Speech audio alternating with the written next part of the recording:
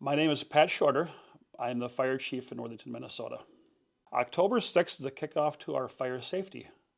The month of October is Fire Safety Month, and every year, annually, we will run a pancake breakfast. Now it's pancake and omelets to kick off fire safety and bring awareness to fire safety.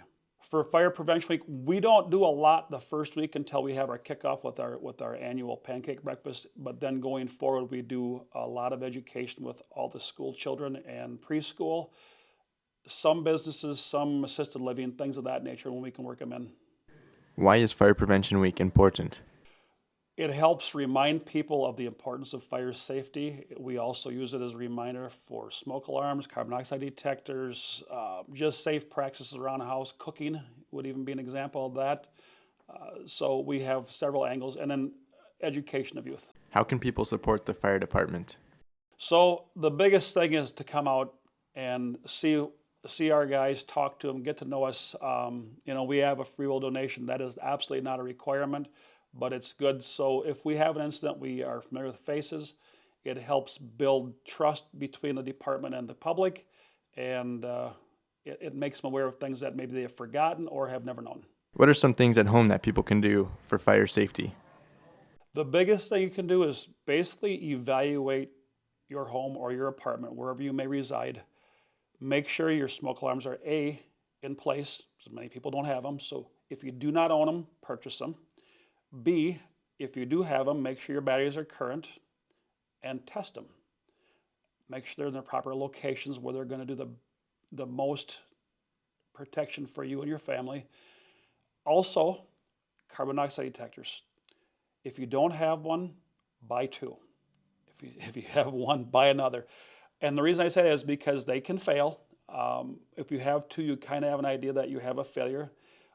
But if you do have a real incident, they're both going to go off, and it's a better indication that you have a problem. So having fire extinguishers on hand to put out fires, another important thing. Where you store your flammable liquids, for example, gasolines, propanes, things of that nature, keep them in a safe place away from any possible spark, flame, etc., any kind of heat source, so we don't have a fire that originates from that. Basic housekeeping. That may seem kind of odd to some, but we go in residents from time to time that are absolutely like an animal lives in it, and the potential for fires become enormous.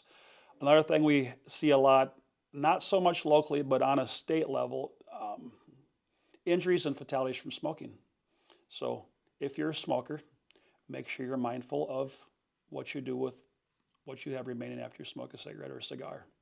Where can people go to find out more information about fire safety?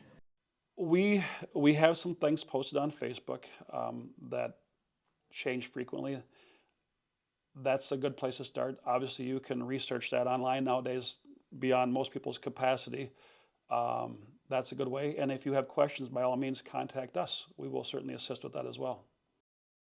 So the biggest threat in today's world is the way houses are constructed. They're very tight for efficiencies for heating and cooling. A lot of the items in houses nowadays are made of plastics or a derivative of plastic, meaning your carpet, your furniture. So with all the modern building techniques and all the plastics, the fires grow intense very quickly.